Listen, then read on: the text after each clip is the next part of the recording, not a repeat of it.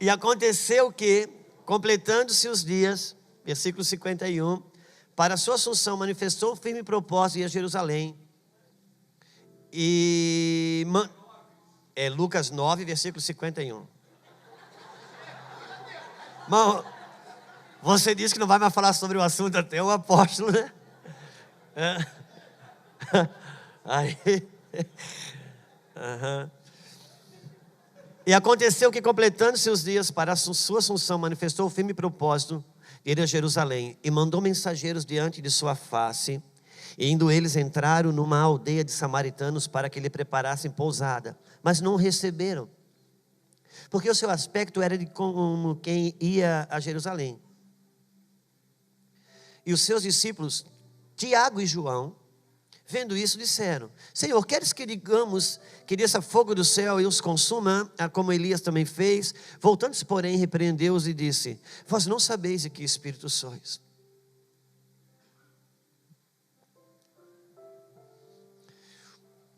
Eu gostaria de me unir um pouquinho ao que o pastor Jacques falou nessa manhã. Como nós estamos, irmãos, em fase de restauração e de recuperação e de retomada de alguns fundamentos, uma das coisas que a gente vai ser provocado a repensar são questões como essa.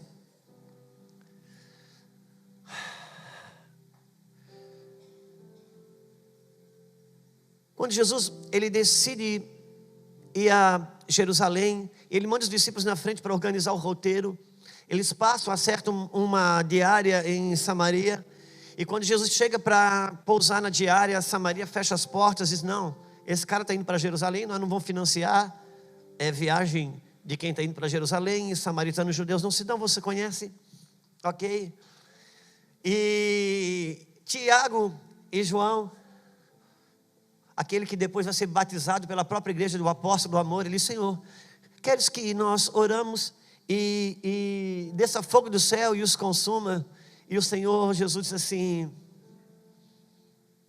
vós não sabeis de que espírito sois. Vocês não sabem de que espírito vocês são. A que espírito vocês pertencem? Nessa hora eu penso que duas pessoas que diziam ser discípulos de Jesus não sabiam que não eram discípulos de Jesus. E uma das coisas que o Senhor mais vai me promover nesses dias, eu penso, junto com o que está sendo dito, irmãos, é a gente ter um batismo de consciência de a que espírito eu pertenço, de que espírito eu sou, quem é a minha fonte, quem é que organiza as minhas motivações, a minha maneira de interagir. Eu preciso muito conhecer a dinâmica relacional da minha alma. Como a minha alma se move nas suas relações ou nas suas relações interpessoais. Como que ela se move? Conhecer-me como indivíduo vai ser uma chave para me ser um homem coletivo. Conhecer-me como indivíduo é a chave para mim ser um homem coletivo. Conhecer como você, como uma mulher, indivíduo, uma pessoa, vai a chave para ser uma pessoa coletiva, porque Deus é uma pessoa coletiva.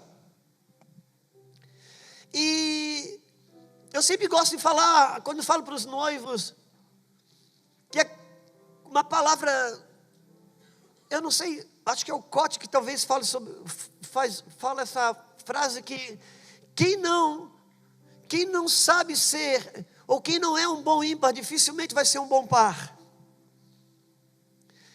Eu falo isso para os noivos e sempre digo que casamento ele é como um omelete. A questão não é se a frigideira ela é de ouro, mas se os ovos eles estão sãos. Porque eu preciso conhecer. Você já pensou? Jesus, eles querem derramar fogo do céu sobre as pessoas. E Jesus diz assim: tá, mas vocês pertencem a que espírito? Vocês não sabem de que espírito vocês são. Você já pensou um discípulo de Jesus não saber que é discípulo de Jesus? Jesus botou a mão na cabeça e disse: sou eu mesmo o mestre de vocês. Assim, eu queria fazer uma pergunta. Vocês são discípulo meu mesmo? Mas é lindo porque esse camarada depois vai ser chamado apóstolo do amor. E quando ele mais tarde entende de que espírito ele é, João, em Atos Apóstolos, Jesus chama ele e diz: vai em Samaria, a palavra entrou lá, derrama fogo lá. E ele impõe essas mãos e as pessoas receberam o batismo do Espírito Santo. Eu gostaria de rapidamente que você lesse comigo, nós vamos voltar, mas um versículo que tem em 1 João, no capítulo 4, versículo 1. Ou se você quiser esperar, só eu leio rapidamente. É porque eu sei que está tarde.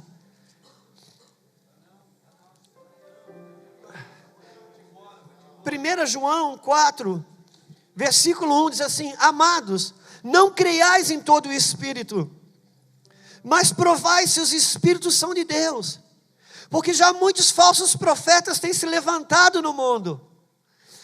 Amados, não creiais em todo espírito, mas provai se os espíritos são de Deus, porque já há muitos falsos profetas no mundo. Irmãos, qual seria o problema dos últimos dias? Os falsos ensinos e os falsos profetas, amém? Só que quando a gente pensa no apóstolo falando, provai os espíritos, a gente já pensa em demônio. Quando a gente vê um apóstolo na Bíblia dizendo, há muitos falsos profetas, a gente já tem nome e endereço. Mas eu prefiro pensar que quando o apóstolo João diz, irmãos e filhos, provai os espíritos, prova a si mesmo em que espírito a sua alma está apoiada, quando ela fala, quando ela interage, quando ela elogia, ou quando ela critica, quando ela se relaciona. Você precisa saber de que espírito você é, em que espírito a sua alma está apoiada, porque se tem um falso profeta que eu preciso matar, é um dentro de mim que engana minha alma, que mente para mim. E quando eu matar esse falso profeta, eu vou discernir os que estão fora. Por isso Jesus podia discernir isso, com que espírito o fariseu falava, com que espírito um discípulo falava, porque ele disse, o príncipe desse mundo está vindo e ele nada tem em mim. Conhecer em que espírito eu me movo. Por quê? Porque a minha alma, ela é altamente manipulativa. Ó, como a minha alma me engana, ó, como ela mente, e como eu acredito nos seus argumentos. Porque a alma não lida com o pecado, a alma lida com o argumento para se manter no pecado, que justifique o seu pecado. E a alma, ela é altamente manipulativa. E eu posso ser bíblico sem estar no espírito da Bíblia. Eu posso parecer ser piedoso sem estar no espírito da piedade. Eu preciso conhecer a dinâmica relacional da minha alma, em que espírito eu estou apoiado, porque a alma ela é altamente manipulativa, ela é argumentativa. A alma marca até a cadeira, irmãos, no culto. Se ela chega, já tem alguém sentado ali, primeiro louvor, ela não quer levantar a mão. Ela é exigente. Ouça.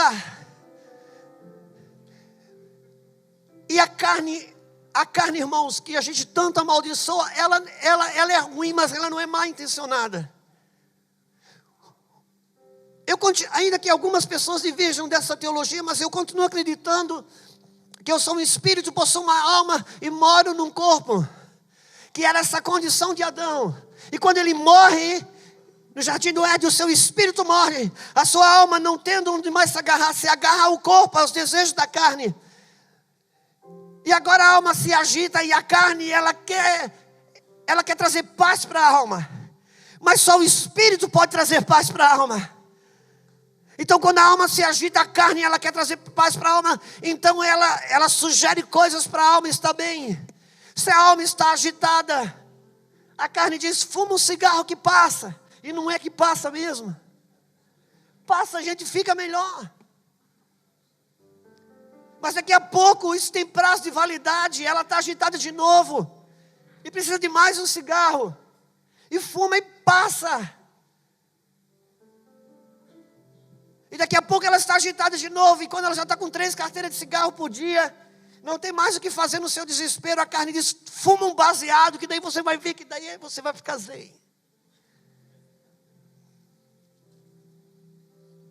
A carne, ela busca a paz da alma. Só que a paz só o Espírito pode dar. E a alma, ela lida com argumentos tão fortes. E ela me engana, um profeta que me profetiza, que mente dentro de mim. E eu preciso discernir em que espírito eu estou. Por quê? Porque há uma dicotomia, há um dúbio, uma dúbia realidade. Para cada atributo do Espírito de Deus, há um atributo de Satanás, uma versão falsa que o diabo cria para parecer ser ou ocupar aquele lugar de um atributo de Deus. E é nessa hora que a minha alma ela é enganada. A alma, irmãos, ela é altamente manipulativa. Altamente manipulativa. Mas ouça-me. A alma, a manipulação do crente é pior do que a manipulação de um ímpio. Por quê? Porque a alma do crente, quando manipula, espiritualiza. Ela espiritualiza. Jezabel, ela tinha essa prática de espiritualizar a sua maldade.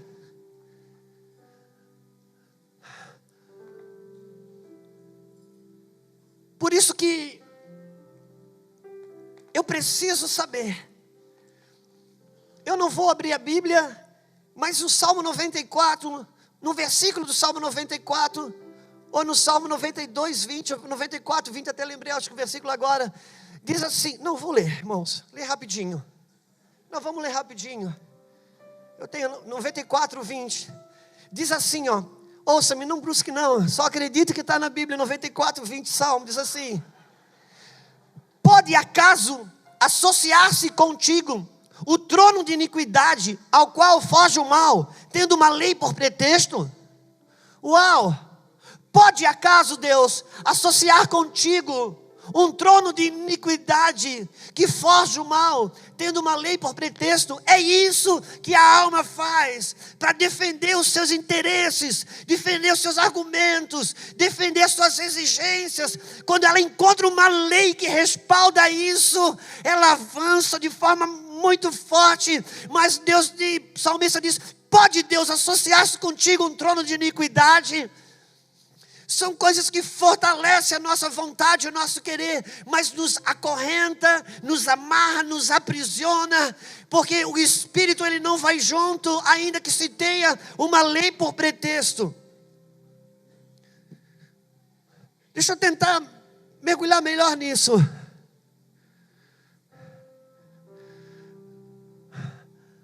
A alma, quanto que a minha alma me engana. E eu preciso saber no que eu estou apoiado, irmãos, de que espírito eu sou, a que espírito eu pertenço. E eu queria pensar com você, eu vou abrir uma passagem, e eu vou pedir permissão para você e para o próprio Espírito Santo, para ter uma leitura dessa perspectiva. Em João 11, você pode abrir aqui sim, eu gostaria de trilhar um pouquinho, vai falar sobre Marta e Maria. Eu sei que Marta e Maria, irmãos, ela tem tantos aspectos para você ver. Se você enxergar Marta e Maria como duas igrejas, na Bíblia está perfeito. Aliás, a conjuntura do reino envolve Marta e Maria, adoração, serviço e um Lázaro a ser ressuscitado. Mas você vai ver, você tem esse âmbito de ver Marta e Maria como duas igrejas. Marta, aquela mulher, aquela igreja que ela já tem o seu cronograma pronto, o seu sistema pronto, o seu funcionamento pronto. Se Jesus chega ou não chega, não importa, porque o programa dela já está pronto. Aliás, se ele chega, atrapalha. E você vê Maria, aquela igreja que o interesse dela é Cristo, o interesse dela é a adoração.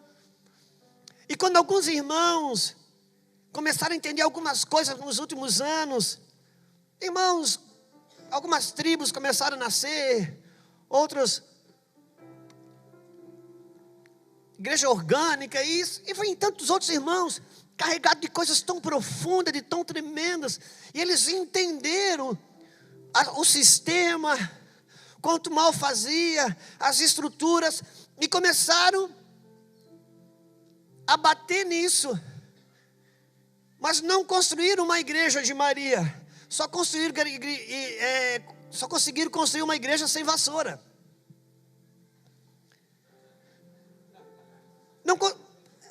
E quando viram que não dá para viver sem a vassoura, também estão retornando. Ajudar os irmãos da vassoura a entender que Jesus é mais importante, mas também estão aprendendo com os irmãos da vassoura que a vassoura também, porque, irmãos, Marta, a igreja da vassoura, ela também amava Jesus. E Maria não era de mal com a vassoura. A diferença é que na igreja de Maria, Jesus vinha antes da vassoura. E na igreja de Marta, a vassoura vinha antes de Jesus. Então só precisamos reposicionar. Jesus tem que vir antes da vassoura, mas a vassoura é necessário. As estruturas são necessárias, as questões sistemáticas são necessárias.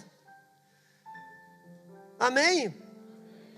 Mas eu gostaria de ler como indivíduo essa passagem, porque eu gostaria de me apoiar nisso, irmãos. Nós precisamos crescer nesse sentimento. Em que espírito eu pertenço? Nas minhas movimentações.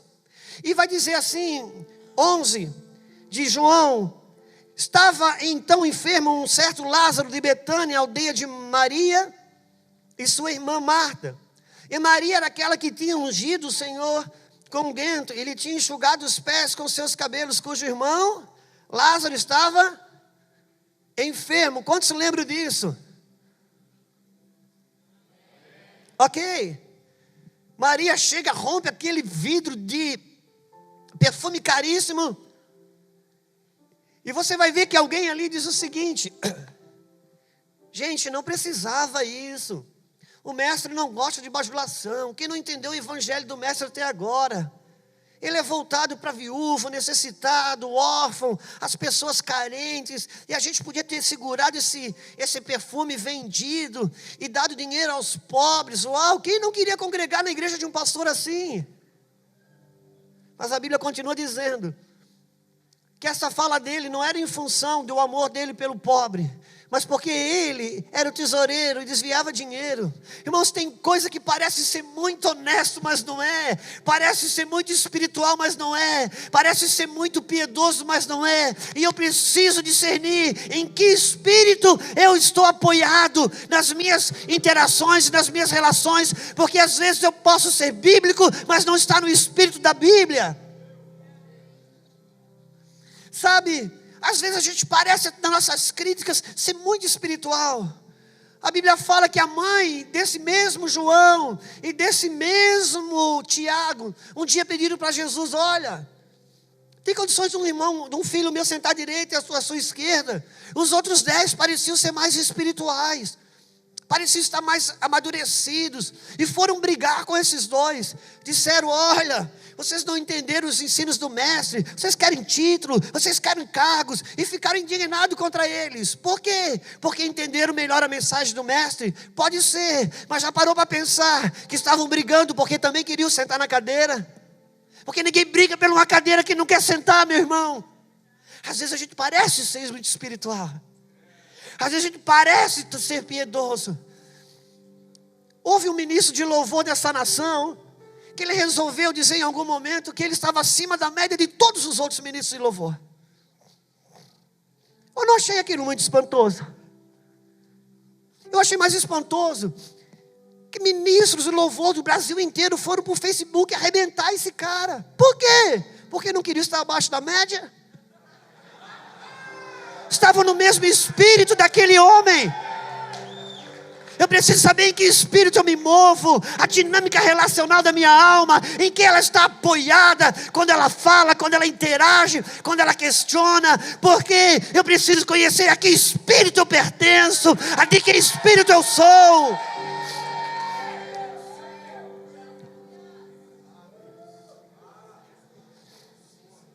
De que espírito eu sou? Irmãos, vocês já viram na Bíblia o que a Bíblia fala sobre a ceia? A Bíblia em nenhum momento Paulo está questionando quem tinha pecado e quem não tinha pecado. Paulo estava dizendo, irmãos, a respeito da ceia eu não vos louvo, porque alguns de vocês têm privilégio aí. Quando começa a ceia, tem privilégio, uns chegam na frente, comem tudo, e outros quando chegam por último não tem mais nada em cima da mesa. E por muito tempo, em nome de uma santa espiritualidade, nós decidimos que pessoas não podiam chegar à mesa porque estavam em pecado, quando Paulo não estava condenando quem estava em pecado, estava condenando exatamente quem se sentia dono da mesa.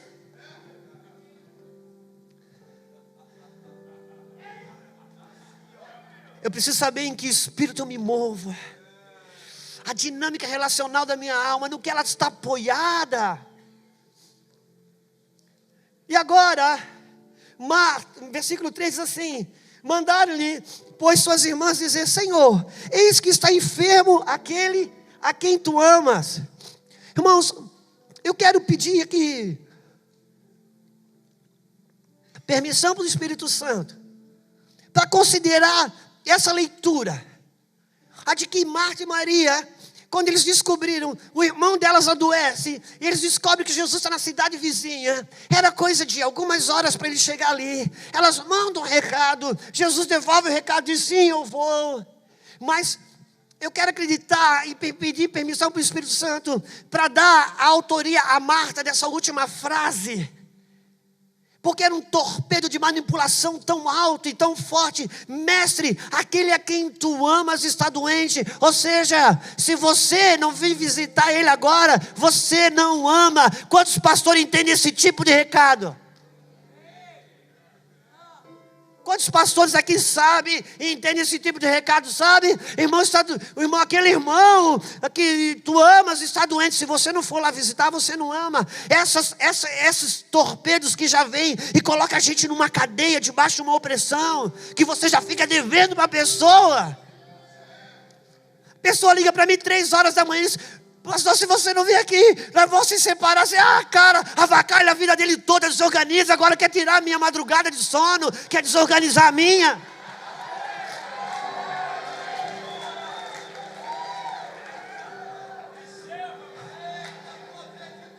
Ouça, irmãos,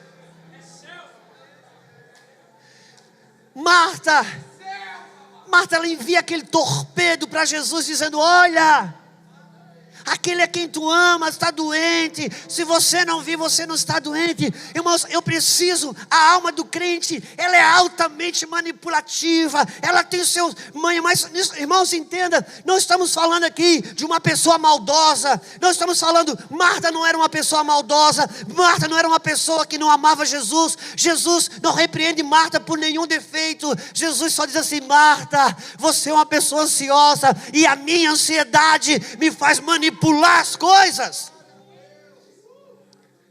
A ansiedade, irmãos, faz a gente criar uma manipulação, porque, só que Jesus, ansiedade não é uma coisa má, que Jesus quer me repreender, ou me criticar, ou me condenar, é uma coisa da qual Ele quer me libertar, para viver no governo do Espírito, aonde é o tempo de Deus, o movimento do Senhor.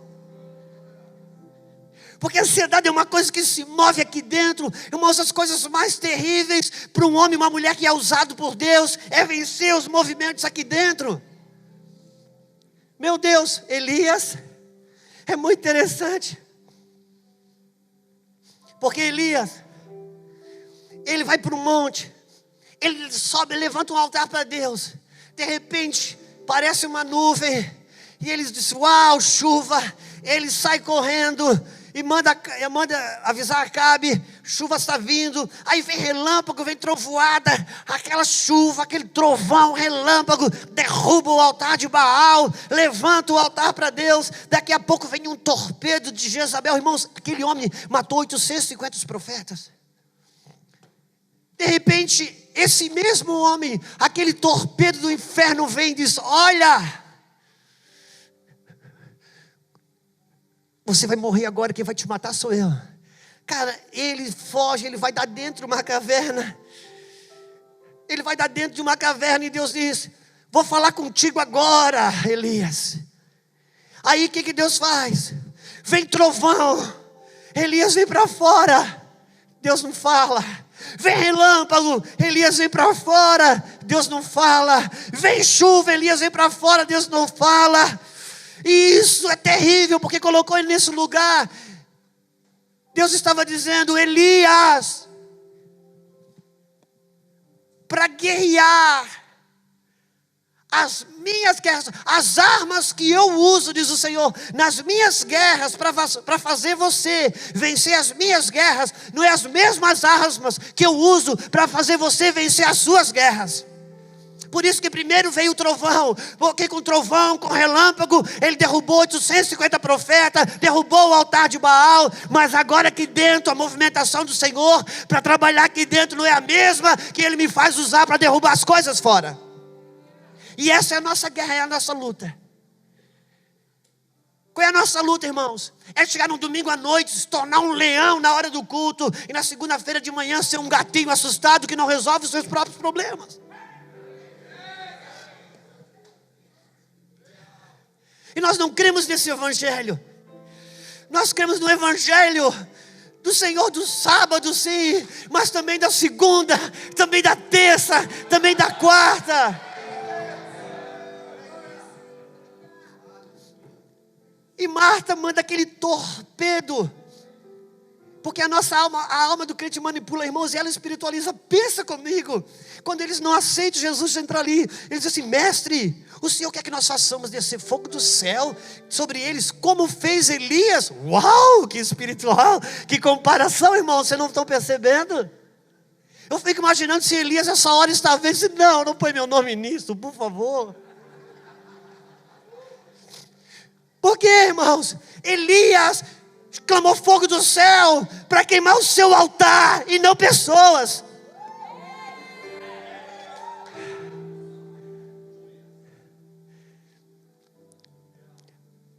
Pareceu ser tão espiritual. Eles queriam que descesse fogo do céu como Elias. E Marta, quando ela envia esse torpedo, no versículo seguinte, diz assim: e Jesus, ouvindo isso, disse: essa enfermidade não é para a morte, mas para a glória de Deus, para que o Filho de Deus seja glorificado por ela. Ora, Jesus amava Lázaro, Marta e Maria. Ouvindo, pois, que estava enfermo, ficou ainda 2 dias no lugar onde estava. Uau! Pensa comigo, irmãos. O versículo anterior, eu imagino que isso aí foi Jesus ditando para João escrever. Escreve aí, João, que eu amo Marta, Lázaro, Maria, mas eu não ando debaixo desse espírito de manipulação. Eu vou chegar no meu tempo e não na exigência de quem manipula.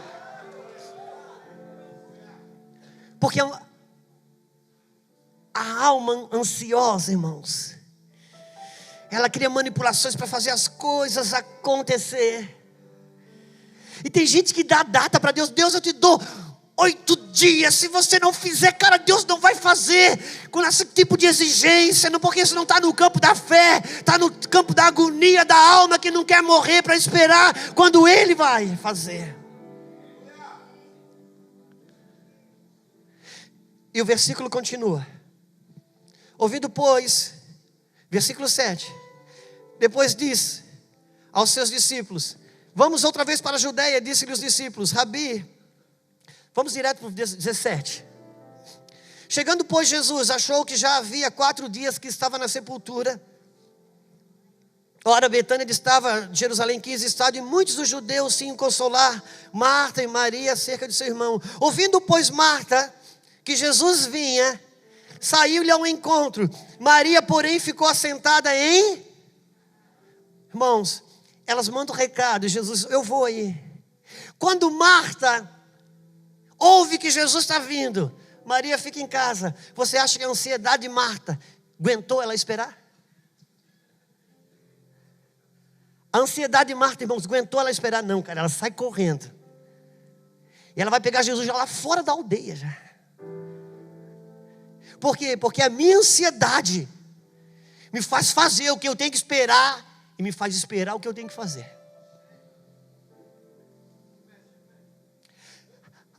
Na minha ansiedade, eu precipito o que eu tenho que esperar e eu procrastino o que eu tenho que fazer. Por isso que debaixo de uma ansiedade a gente faz tudo, menos orar. A gente liga, a gente procura irmão, a gente liga para profeta, abre a Bíblia, põe um dedo, faz qualquer tipo de coisa, menos orar.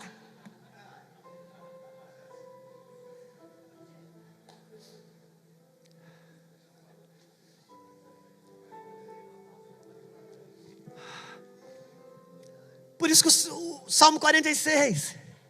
Deus é nosso refúgio, fortaleza, socorro bem presente na angústia.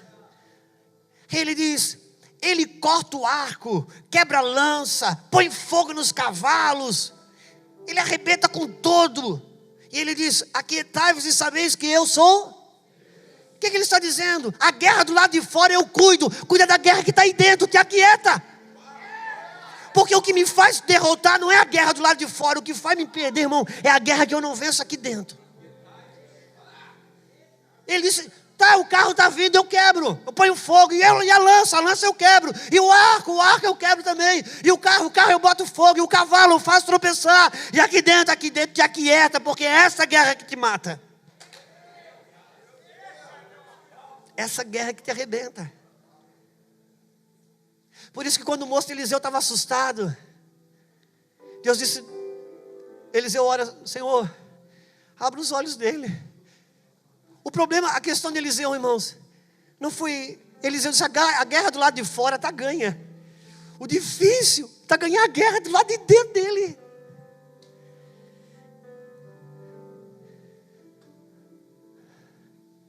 E Marta, ela vai ao encontro de Jesus, irmãos, porque ela não consegue esperar, mas Maria fica. Por quê? Jesus falou que ia lá, não falou? Versículo 21, e disse, pois, Marta a Jesus, Senhor, se tu estivesse aqui, meu irmão não teria morrido. Uau! Marta, irmãos, ela vai ao encontro de Jesus. Ela transfere culpa para Jesus. Ela censura Jesus. Só que isso não é o maior golpe vem agora. Mas também agora sei que tudo que pedires a Deus, Deus também te concederá. Pronto, Jesus já ficou devendo, é obrigado a fazer alguma coisa.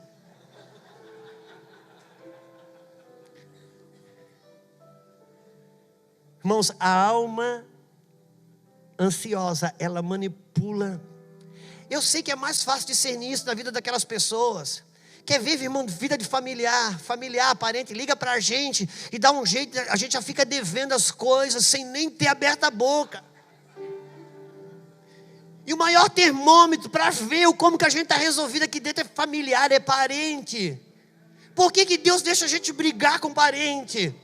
Porque isso é um termômetro. Cada litígio, cada conflito que eu tenho com um parente meu, com um da família minha, Deus ainda consegue mostrar para mim o quanto deles ainda tem em mim.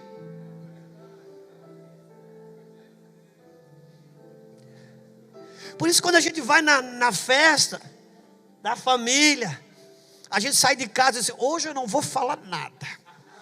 Porque eu sou espiritual e eles não são ímpios, são carnal, mas eu sou espiritual. Aí vai para a festa. Primeira flechada que leva, crente, permanece. Daqui a pouco vem a segunda, fica firme. Vem a terceira, mas aquilo é como uma funda que vai puxando para trás. Chega uma hora, irmãos, a gente não aguenta. Aí a gente solta, e quando solta, irmãos, a gente se vê fazendo e falando tudo aquilo que a gente condena neles, e Deus mostrando, está vendo quanto deles ainda tem em você? Eu preciso conhecer a dinâmica relacional da minha alma. Cara, em que espírito de fato ela está apoiada quando ela se movimenta nas suas interações? Por quê? Eu preciso conhecer a que espírito eu pertenço.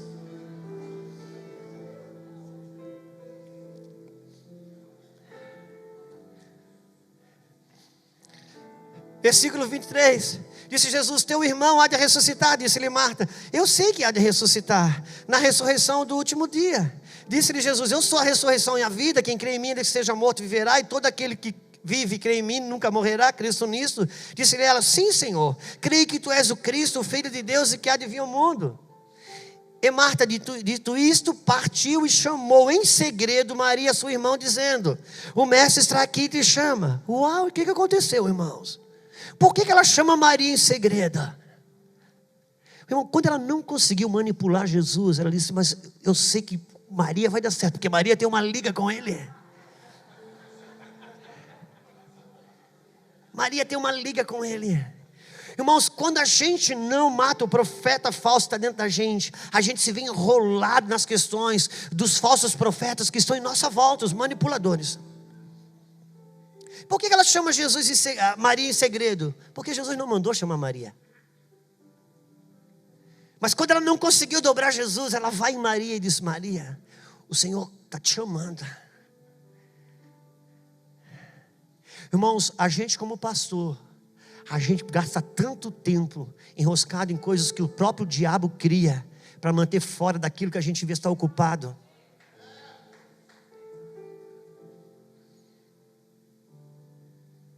Por isso que o primeiro que eu preciso matar é o falso profeta aqui dentro, que engana a minha alma.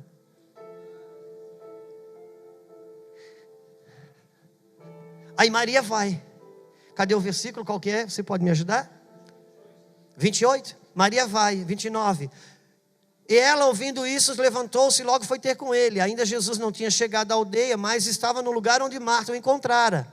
Por quê? Porque a ansiedade para os processos de Jesus. Jesus estava parado no mesmo lugar.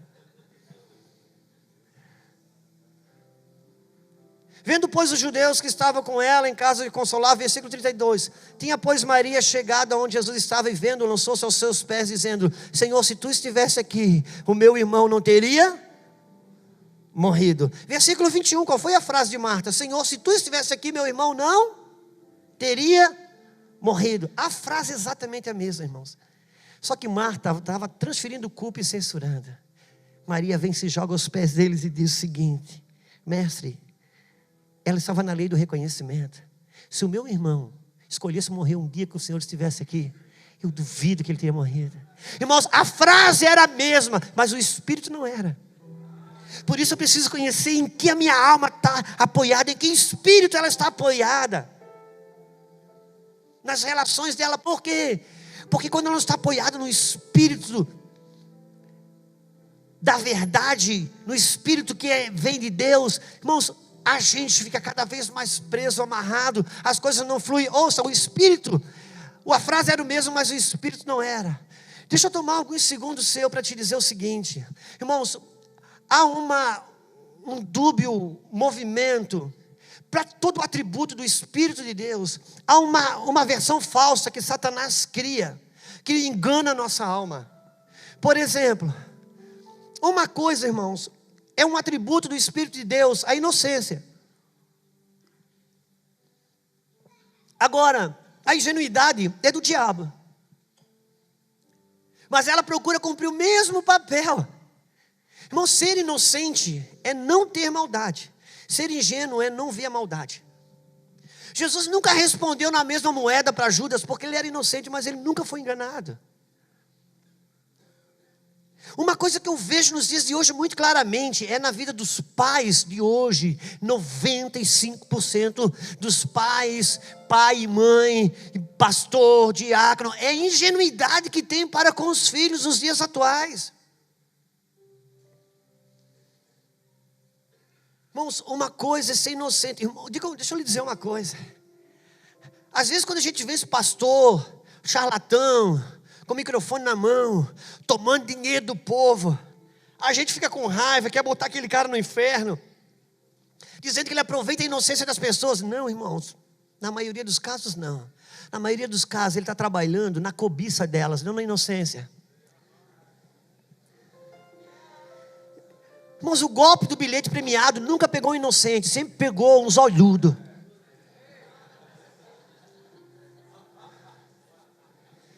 Eu preciso saber, irmãos, no que a minha alma está apoiada. Uma coisa, por exemplo, uma coisa é a misericórdia. Outra coisa é a tolerância. A tolerância é a versão falsa da misericórdia.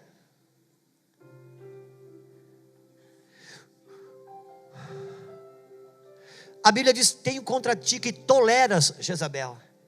Jesus não tinha nada contra Jezabel, mas contra quem tolerava.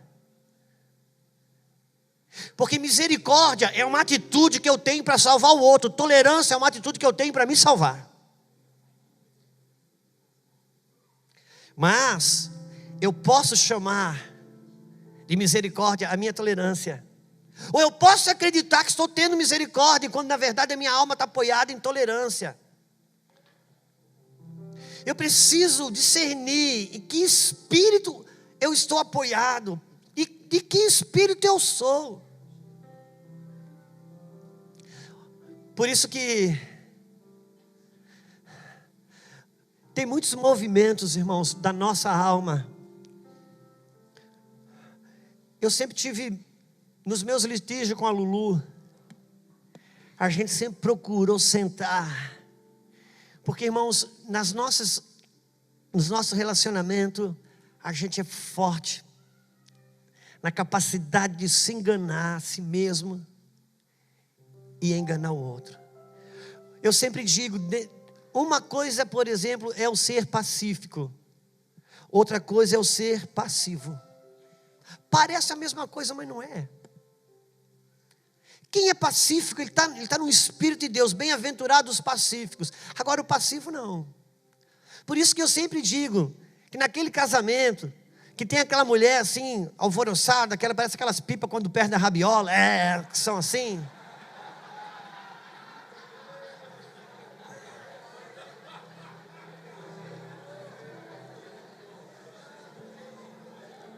Irmãos, a gente já tem um nome para ela, é a Jeza. Porque nós decidimos que Jezabel é a esposa de alguém. E a gente ainda diz assim: rapaz, você precisa ver o marido dela. Que pessoa maravilhosa. Um homem bom, não tem boca para nada. Um homem pacífico. Irmãos, na grande maioria das vezes não. Na grande maioria das vezes ele é um homem passivo. E os mesmos demônios que prendem esse homem num cativeiro de passividade é os mesmos que alvoroçam essa mulher para assumir o lugar que não é dela. Irmãos, eu preciso discernir em que a minha alma está apoiada. Discernir. Eu e a Lulu, nós temos um pacto, nós dois. Quando um começa um assunto grosso, o outro fala assim: olha, se você quiser começar de novo. As meninas já até aprenderam isso lá em casa. Aí o outro começa tudo de novo, de forma mansa, e a outra parte recebe como se a primeira não tivesse existido. E outro dia, a Luciana assim, eu estava na mesa, eu, a Lulu e a Sara, tomando um café. Não, às vezes, por exemplo, se eu chegar em casa, se eu chego em casa no prédio, estaciono o carro, vou o lixo na garagem, já abro a porta e digo: Luciana, viu o lixo lá embaixo, se o síndico vê, isso vai dar multa, vai dar problema. Como é que você diz? Amor, se você quiser começar de novo. Aí eu digo: linda, amor.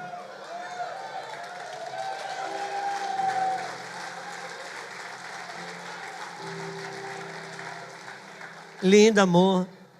Eu cheguei lá, agora no estacionamento do prédio.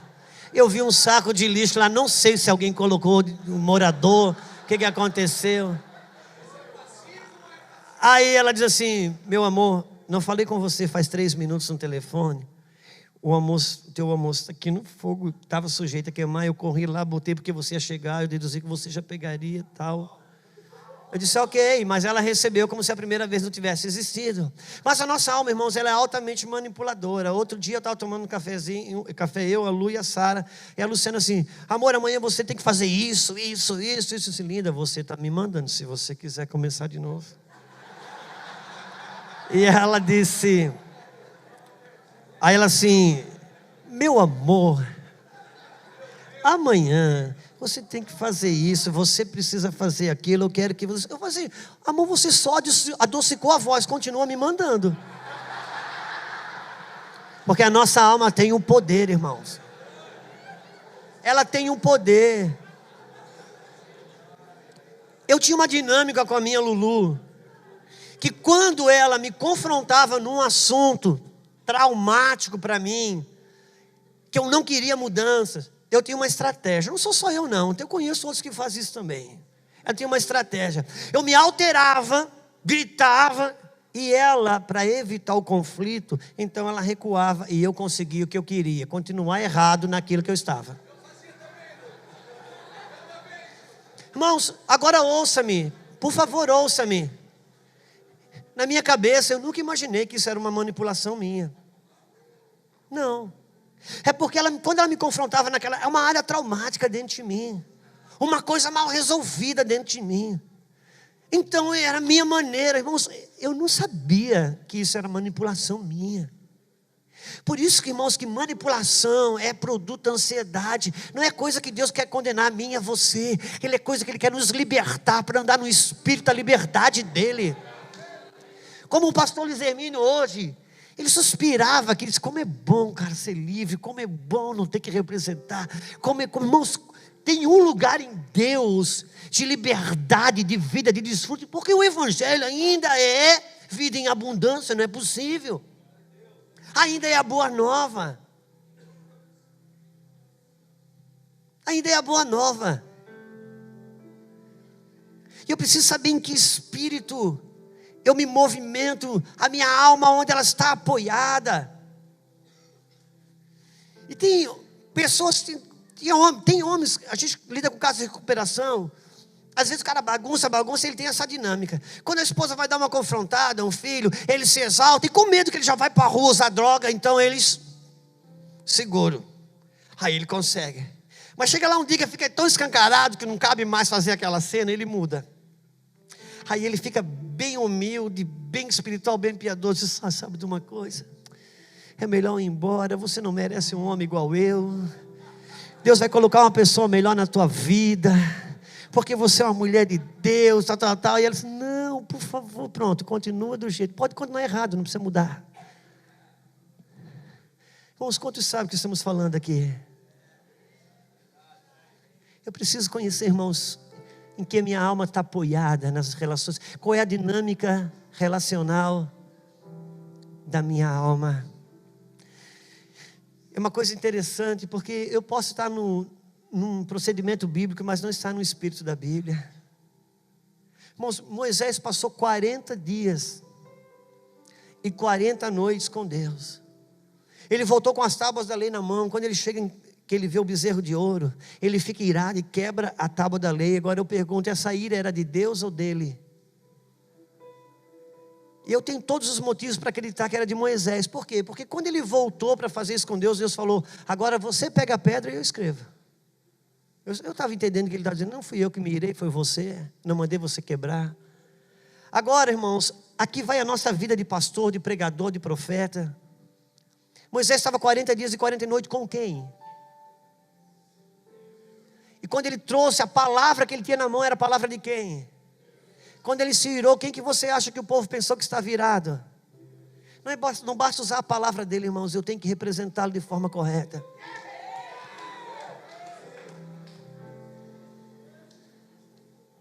Porque uma verdade mal usada, ela danifica mais que uma mentira. Porque o cara, quando é ferido por uma mentira, ele é liberto quando descobre a verdade. Agora, quando ele é ferido por uma verdade mal usada, não basta, irmão, só usar a Bíblia, só usar a palavra de Deus. Eu preciso estar no espírito da Bíblia e no espírito da palavra de Deus. Eu preciso conhecer, irmãos, em que a minha alma está apoiada nas suas relações. Como o pastor Jacques ministrou hoje de manhã aqui com muita forte.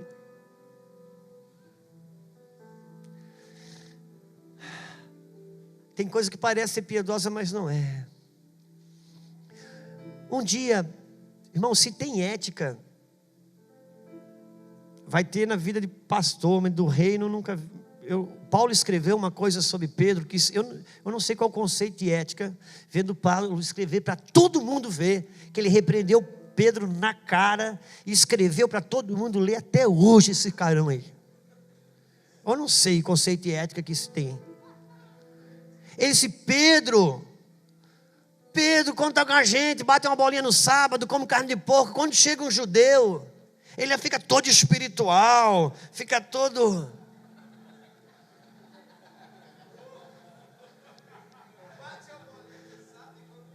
Agora ouça, esse mesmo Paulo que escreveu para todo mundo ver, ele escreve em Gálatas que quem se deixa circuncidar, separado está de Cristo. Mas para entrar em Jerusalém, ali com Timóteo, ele circuncida Timóteo. Quem é mais hipócrita dos dois? Só Pedro.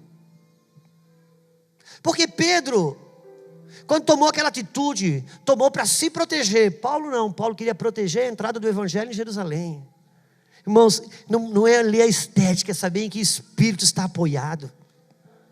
Eu preciso conhecer a dinâmica relacional da minha alma, porque o Espírito de Deus, Salmo 51, Salmo de Davi, da oração do arrependimento. Senhor, tu amas a verdade no íntimo, irmãos, é a verdade lá no íntimo, é que Deus ama, aquela que eu sei que é verdadeira.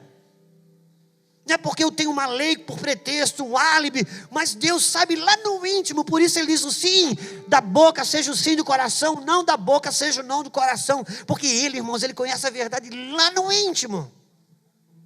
E ali Deus só caminha numa jurisdição chamada verdade. E a verdade liberta, é onde o Espírito de Deus está. E é o que? A liberdade. E a minha alma, quanto mais eu me movimento na alma, mais eu me escravizo. Eu sempre digo, é impactante para mim, essa passagem, já falei em alguns lugares, sobre o cobrador incompassivo. Jesus querendo explicar o perdão da vida eterna, ele fala que um homem devia uma conta impagável. E para explicar que não tem perdão humano que vai pagar, ou vai estar à altura do perdão da vida eterna, o cara quando sai dali, encontra um devedor que devia menos, e ele não perdoa o cara. Mas o interessante desse texto é que quando ele era o devedor, quando ele estava totalmente errado, sem razão, a Bíblia diz que ele ia para a cadeia, e ele foi solto, ele foi livre. E depois, quando ele estava certo, ele era o credor, ele acabou preso. Que loucura! O cara, quando estava sem razão, estava errado, foi solto, foi livre. E quando ele estava com a razão, ele foi preso. O que Jesus estava querendo ensinar com isso? Que o céu não trabalha para mostrar quem está com a razão, o céu trabalha para nos fazer livres. E eu preciso escolher se eu quero estar certo ou eu quero ser livre. Todas as minhas discussões com a minha Lulu, não importa o motivo, irmão, a movimentação sempre é a mesma. Eu estou tentando convencer ela que ela está errada e eu estou certo. E ela discutindo, tentando convencer que ela está certa e eu estou errado. E o Espírito Santo no lado, escolhendo alguém que queira ser livre.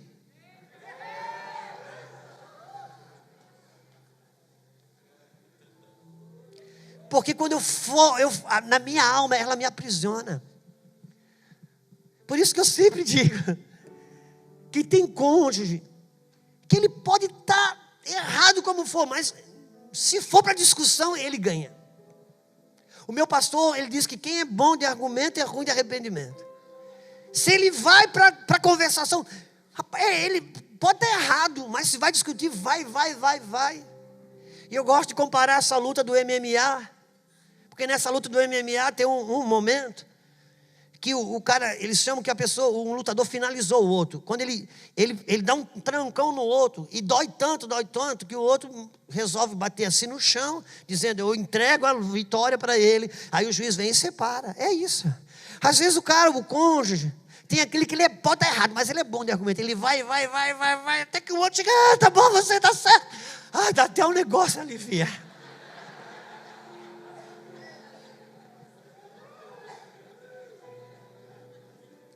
Pode olhar, irmãos, que é esse cônjuge que tem dificuldade de dormir, tem dor de cabeça, dor de estômago, está sempre certo, mas não é livre. Deus quer nos fazer livres, aqui dentro. Ouça-me, pode escrever, você que está escrevendo. O céu não contabiliza muito, irmãos. Se eu estou certo ou se eu estou errado. O céu contabiliza como eu me comporto quando eu estou certo e como eu me comporto quando eu estou errado. Porque tem gente que está errado, mas ele tem um tipo de comportamento que o céu aprova ele. E tem gente que está certo, que erra pouco, e que diga os perfeccionistas. Mas na sua razão é cruel, é duro. E o céu reprova. Podes tu, Senhor, se associar com o trono de iniquidade que usa uma lei para forjar o mal? Irmãos, uma das piores coisas que eu tive na minha vida, lendo a Bíblia, foi aquela passagem que Davi chega em Ziclag, está tudo queimado, ele sai com 600 homens debaixo da direção de Deus, para libertar as mulheres e os filhos dos amalequitas. Deus fala, você vai sair de lá com tudo, nenhuma filha vai ser abusada, ninguém vai ser tocado, você vai recuperar tudo. Ele vai. Quando chega na metade do caminho, tem um ribeiro, uma lagoa, 200 dali já estão cansados, não conseguem ir. Aí Davi diz, tá bom, vocês ficam com as bolsas aí, fica na sombra, água fresca, está tudo bem. E vai 400. Entra no arraial dos amalequitas, arrebenta com tudo, traz tudo. Quando chega na volta, fazendo festa, chega ali, para no ribeiro, com aqueles 200. E diz o seguinte, vamos repartir os despojos. E a Bíblia diz que daqueles 400 que foram deles, tinha uns filhos de Belial que disseram o seguinte, Davi, cara, para pensar. Pô, os caras ficaram aí de boa, sombra e água fresca, cara. Quem botou a cabeça a prêmio foi nós. Nós podíamos estar tudo morto agora e eles vivos. E o casar com outra mulher. Quem deu a cabeça a prêmio, quem deu sangue foi a gente. Devolve a esposa e filho para cada um que já está bom. Agora, as conquistas, as finanças, os recursos, separem quem lutou, entre quem lutou. Irmãos, foi terrível, porque eu me vi ali, naquele lugar, que parecia ser tão sensato, porque pensa bem, parecia ser sensato, cara. Parecia ser sensato. Mas a Bíblia diz que é filhos de Belial. Eu disse, cara, eu acho que eu ia estar aí. Cara, eu preciso discernir onde a minha alma está apoiada. Porque tem coisas, irmãos, que eu dou nome. Irmãos, eu sempre fui um cara muito honesto. Meu pai era um homem muito honesto. Dava um cheque, ele era comerciante, dava um cheque para 30 dias, botava o dinheiro no banco hoje. Irmãos, quando eu me converti, foi rápido para mim entrar em honestidade. Eu queria arrebentar os irmãos que eram enrolados. Até que o Espírito Santo me confrontou nisso, filho, não atribui ao caráter de Cristo isso, porque isso tem a ver com a tua formação familiar, isso não tem a ver com o meu caráter, essa tua honestidade é uma honestidade que serve para você, mas não serve para ter bondade com o outro. Tem áreas da sua vida que você está preso. Eu e a minha Lulu, nós sempre tivemos uma certa dificuldade. Não foram poucos ajustes não, irmãos. Quando nós sentávamos para resolver finanças, as meninas já se separavam, iam para o quarto orar. A única garantia que elas tinham é que a gente não dormia brigado. Mas que ia brigar, ia. Sempre foi difícil, irmãos, finanças é difícil. Por quê? A Lulu vem de uma família muito pobre. E pobre não tem nada. Pode ver aqui, nós temos enchentes em Itajaí. cara vai perguntar, daí, eu perdi tudo, não tem nada, mas quando perde, perde tudo. Pobre é assim.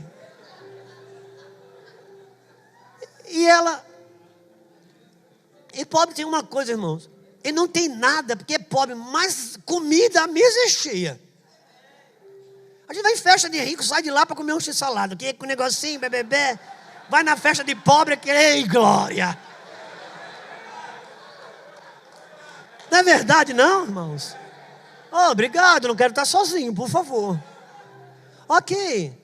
E a Luciana, irmãos, pobre, sempre foi muito pobre, o pai dela, mas a mesa, a comida, com aquela montoeira de coisa, porque é a lei da sobrevivência, então quando tem, vai comer. E eu sou filho de comerciante. Cara, filho de comerciante, irmãos, toma café da manhã, fala sobre nota promissória, almoça, fala sobre duplicata. Irmãos, a pessoa comum, olha para um quadro, uma arte bonita, admira a arte. Um filho de comerciante já pensa quanto custa o quadro. Ele não admira a arte. Irmãos, ele tem uma cabeça administrativa. Então o que acontecia? Quando eu fazia a compra, comprava o mousse, a manteiga, a margarina e se dava, comprava o requeijão.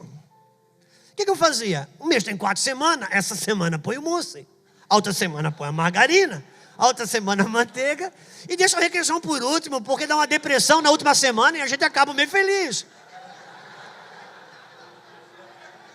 A Luciana não, ela estava tudo em cima da mesa, parece que Jesus ia voltar no outro dia.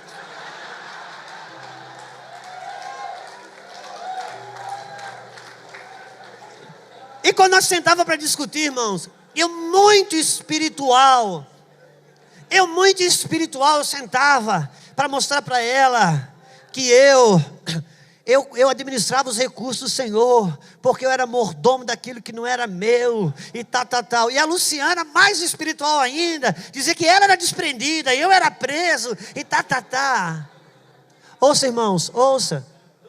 Isso só é engraçado agora, se você vê o quanto isso doeu na nossa vida.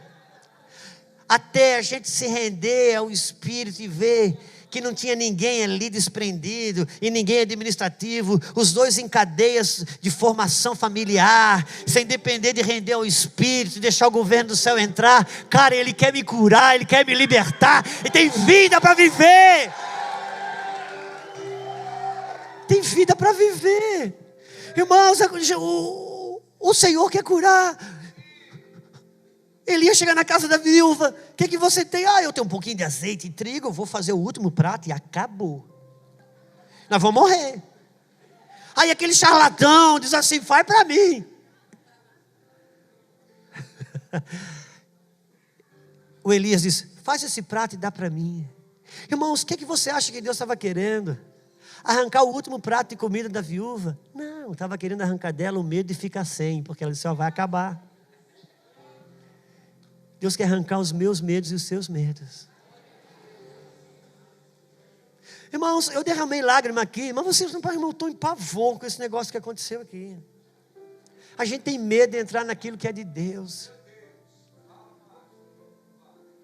Irmãos, eu preciso saber em que espírito eu estou apoiado. Deixa eu dizer uma coisa para você, irmãos. Eu hoje, não quero me aparecer não, mas hoje eu atendo uma pequena parte dos convites que eu tenho. Eu consigo atender uma parte pequena dos convites que eu tenho. E a gente acabou adquirindo uma fama de pregadores que não cobra.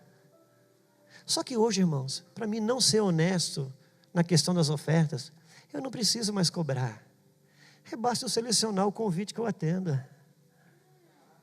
Cara, mas Deus ama a verdade no íntimo.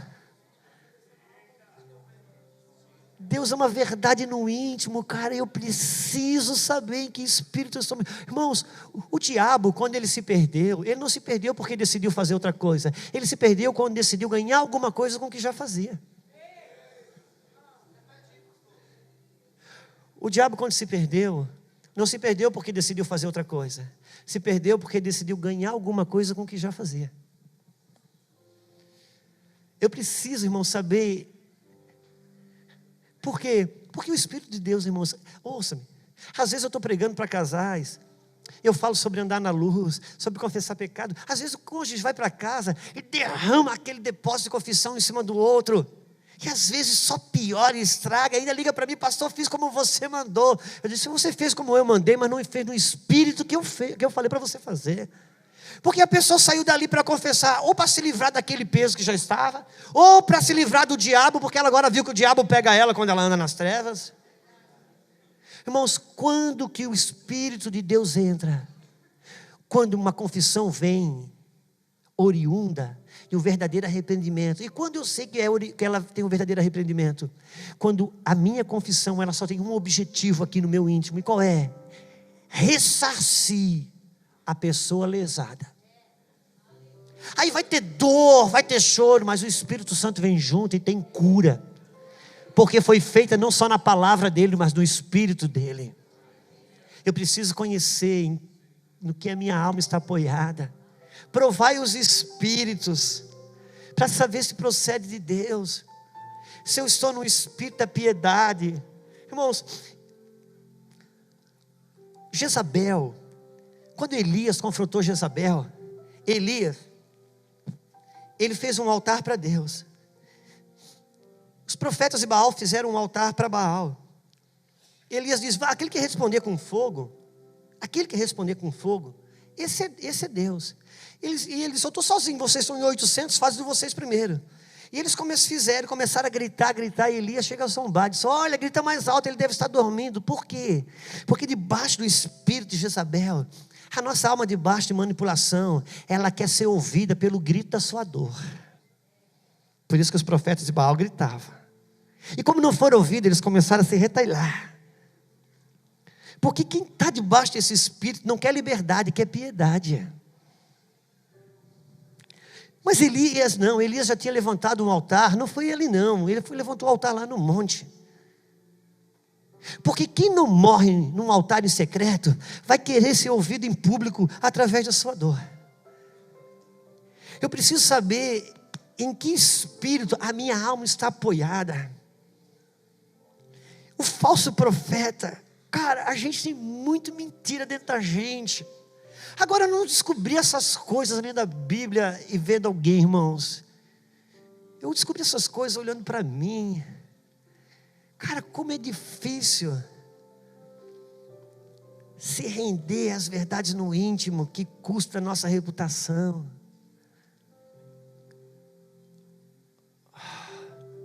Vamos voltar para Marta.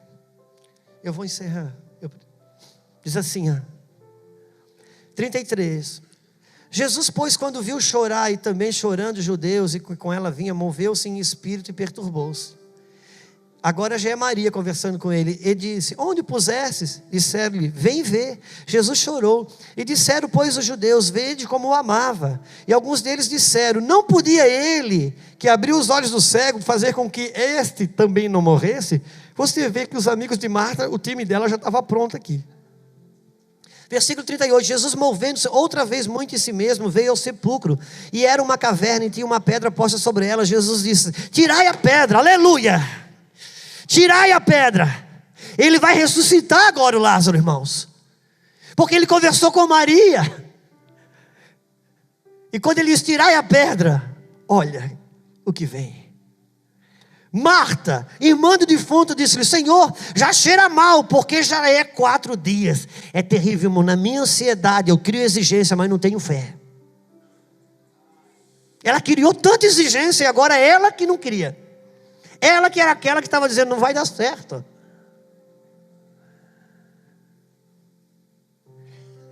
Cria exigência, mas não cria, mas não tem fé. Por isso que com Marta Jesus falou sobre teologia. E com Maria ele encontrou um ambiente para ressuscitar Lázaro. As coisas mais difíceis hoje, os meus desafios hoje,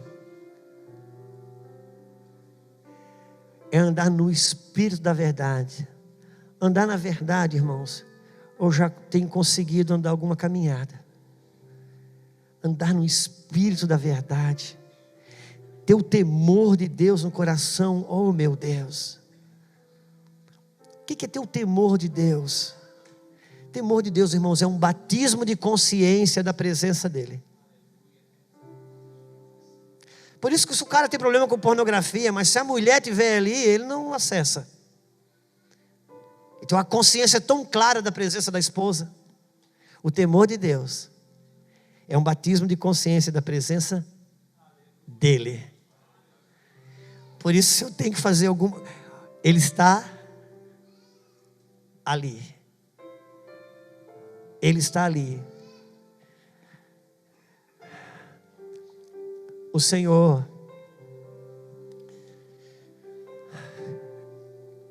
quer nos libertar. Como que nós temos conduzido as coisas?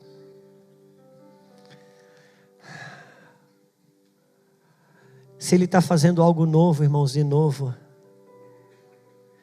mas os princípios não mudam. Aqui tem pouco espaço, não dá para você sair da sua cadeira, mas eu gostaria que você ficasse de pé comigo um pouquinho.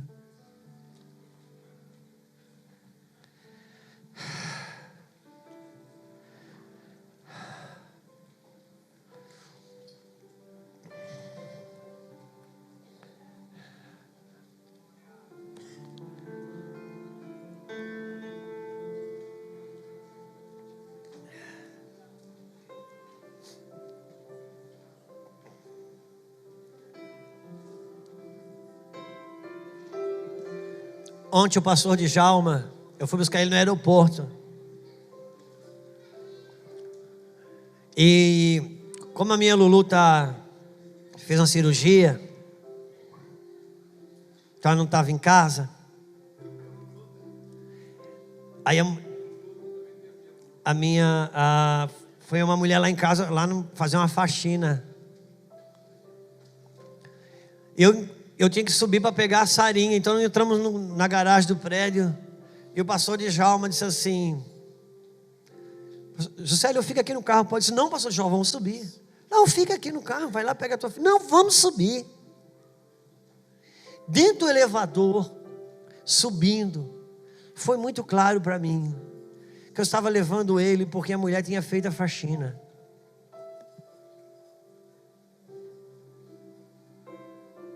Se fosse um outro momento, talvez antes da faxina, eu ia dizer, fica no carro. Não, vou com você. Não, fica no carro que eu já volto.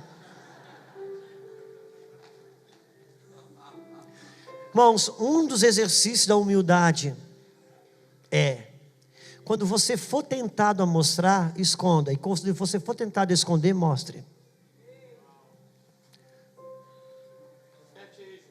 Um dos exercícios da humildade. Quando você for tentado a esconder, mostre. E quando você for tentado a mostrar, esconda.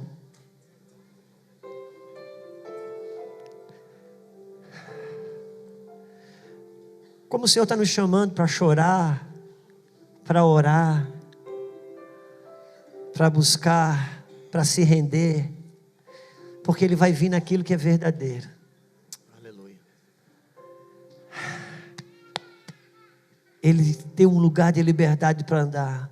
Irmãos, coisa boa é aquelas áreas da nossa vida que a nossa alma já anda na luz ali resolvida. Que coisa boa.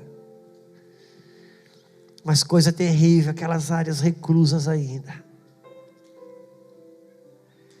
Eu gostaria de orar com você. Eu acho que ninguém vai orar com ninguém. Eu acho que cada um vai orar, é você e Deus. Se apresentando diante do Senhor. Porque, irmãos, pode ter certeza, nós vamos ter um banho de alegria aqui ainda antes de ir embora, tão grande. Um banho de alegria tão grande. Mas o choro, a rendição, a verdade, Pai, nós nos entregamos a Ti. Queremos viver consciente de que a que espírito pertencemos, de quem somos, quem é o nosso mestre, quem é o nosso discipulador, quem é o nome que proclamamos e dizemos que somos discípulos. Ó Deus, nós sabemos, Senhor, que o Senhor não quer nos condenar, o Senhor quer nos libertar. Mas como pregou o pastor Jackson aqui, Senhor, em alguns lugares situações nossas. Nós estamos agarrados com o Minotauro dentro de um labirinto e nós não sabemos mais sair sozinhos. Por favor, vem nos buscar nesses lugares aonde, Senhor, entramos e não conseguimos sair, onde não temos coragem, como disse o pastor, como disse o Fábio, nós não cremos como o Senhor diz, nós preferimos acreditar que não conseguimos, ou que não é possível, mas já está pronto em Ti, Senhor, pronto. Abre os nossos olhos para crer, abre os nossos olhos para confiar, abre os nossos olhos, Senhor, nos resgata desses labirintos, desses lugares aonde, como o filho do pastor Jackson, nós preferimos acreditar na mentira. Deus, nessa noite, entra, Senhor, entra no labirinto, arranca-nos do engano, arranca-nos da mentira, arranca-nos de nós mesmos, arranca-nos, Senhor.